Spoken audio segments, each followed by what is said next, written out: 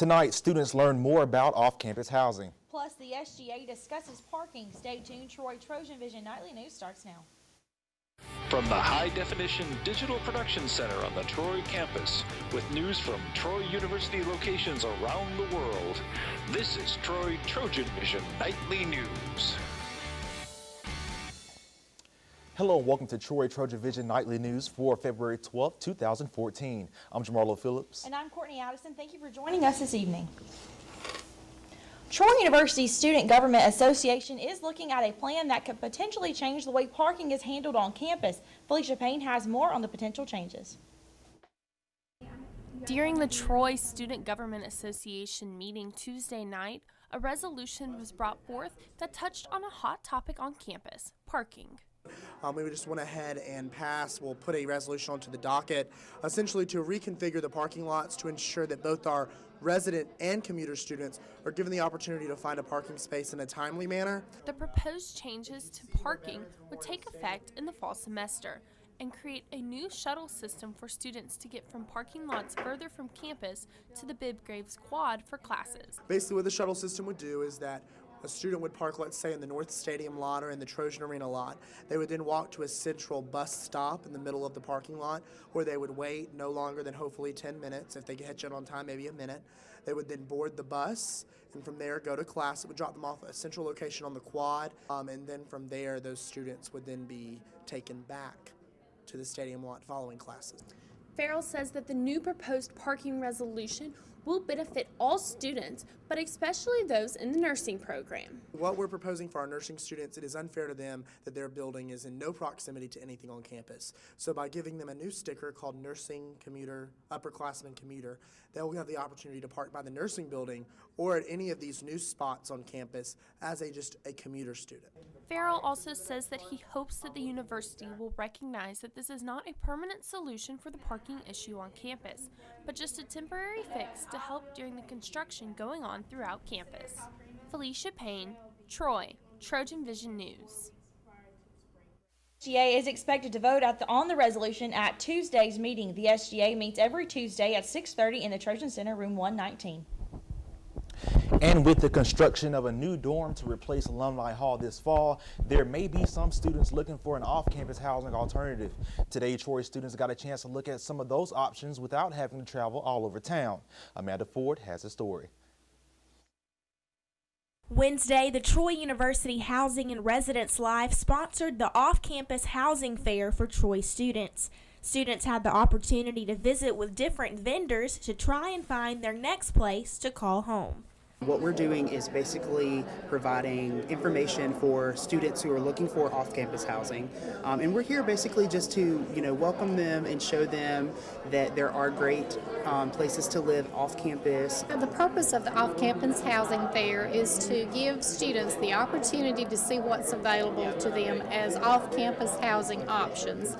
We know we might have a housing shortage because of alumni being closed, but we want to make a convenient way so students they don't even have to get out and ride very far. They don't have to make tons of phone calls, and they can go from table to table and gather information up. With Alumni Hall soon closing, that will limit spots on campus next year. So students are now looking to live off campus, and they came prepared with questions to ask. What's the best rate? What am I really paying for?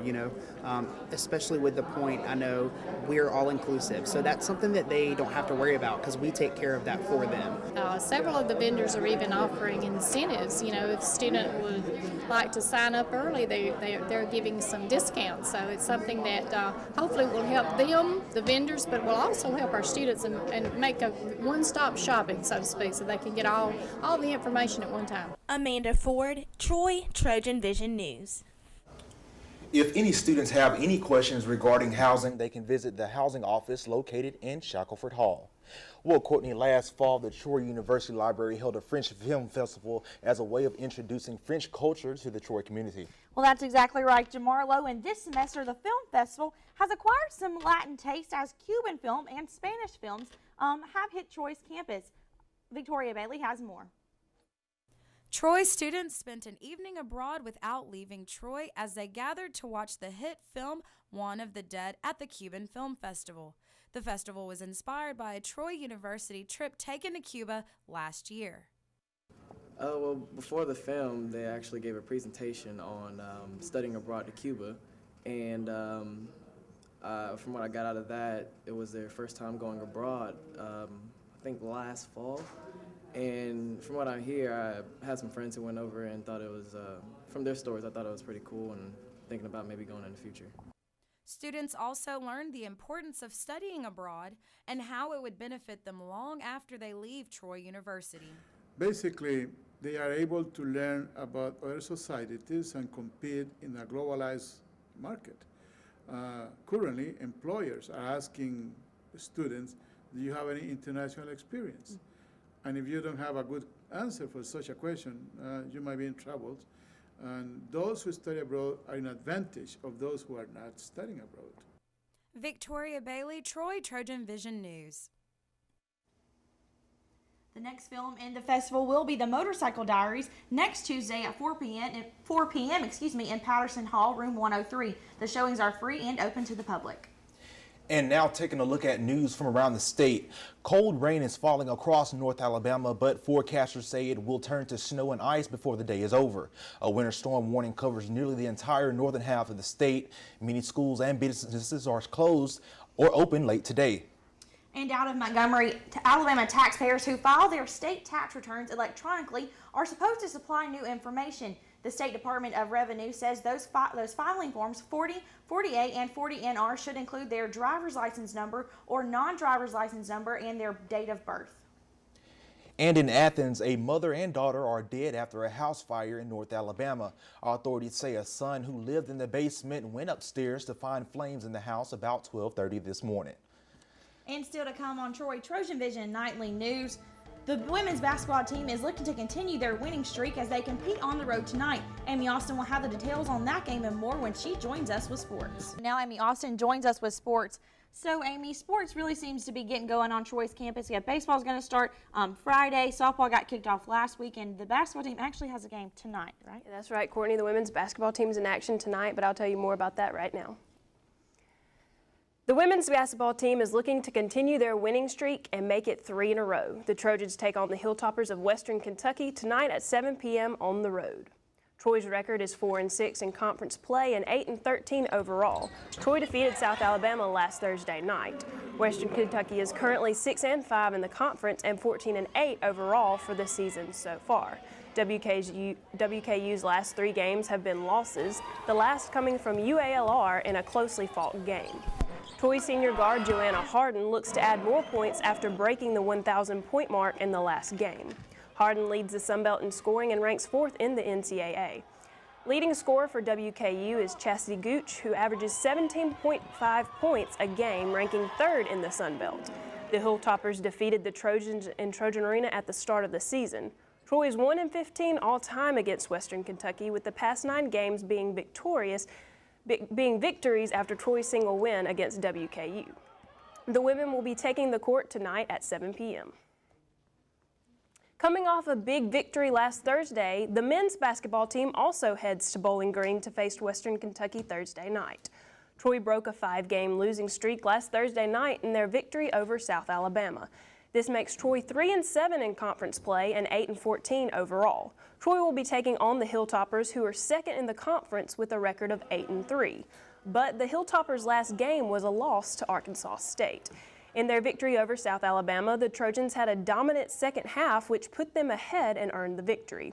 Hunter Williams led the way for Troy with 26 points, 18 being three-pointers. Kevin Thomas added 15 points, and Jeff Malahy supplied 13.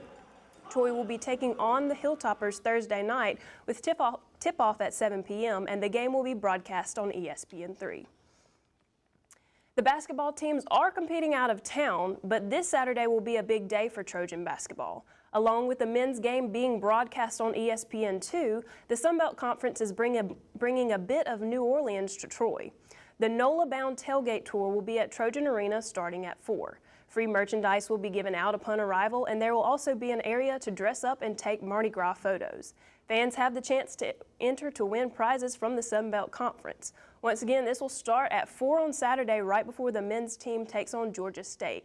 Fans can hashtag NOLAbound for chances to win.